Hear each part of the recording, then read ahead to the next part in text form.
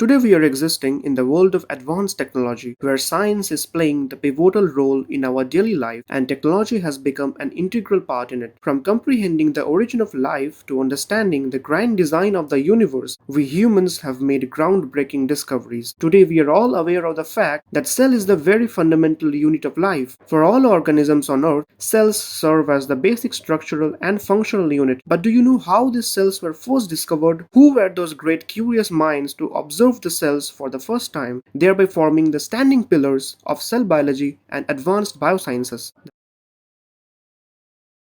The story dates back in the 17th century. During the golden era of Dutch art, science and technology, a man named Anton van Leeuwenhoek lived, who was self-taught in various aspects of life science, including botany and zoology. But besides these fields, he innovated something novel which made him to be a pioneering scientist in the field of microscopy and microbiology. As an ordinary public official, he used to construct single biconvex lenses and ground them on a surface to make microscopic observations. This laid the very foundation of constructing simple microscopes to observe minute detailed structures of various objects. During his lifetime, he is said to have constructed over 400 such simple microscopes. In spite of its small dimension and simple mechanism to handle, it could magnify objects up to 200 times. He also documented the microscopic observations of bacteria. It's because of these contributions that he is commonly called as the father of microbiology.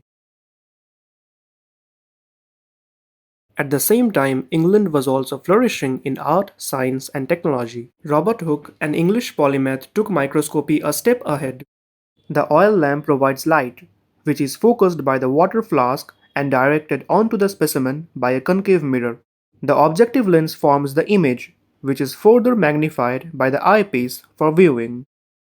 This was his compound microscope, by which he observed the cork cells for the first time. It assumed like the structure of a small room. He was the first who used the term cell, derived from the Latin word cellula, which means smaller compartment. Today, by using electron microscope, we can magnify the cells over 2 lakh times, thereby understanding the ultrastructure of each cell.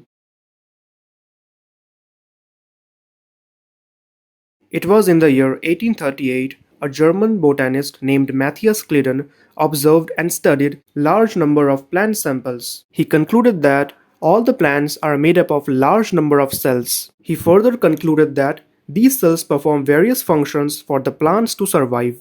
Just a year later, in 1839, a British zoologist, Theodore Schwann, concluded that the plasma membrane is the outermost layer in the animal cells, and the cell wall is the outermost layer of the plant cells. Furthermore, he concluded that both animals and plants are composed of large number of cells and cell products. Both of these scientists have together proposed the cell theory, which states that whether it be an animal or a plant, the cell is the basic structural and the functional unit of life.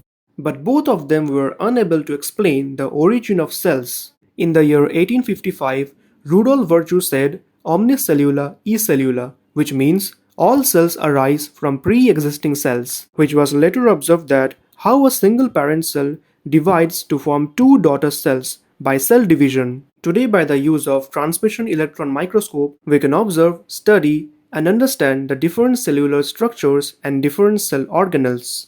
In the next video, with the help of motion graphics and animation, the detailed explanation of different types of cells like the prokaryotes and the eukaryotes will be given. Also, we will be learning the various cell organelles and their functions involved in the biochemistry of the cell.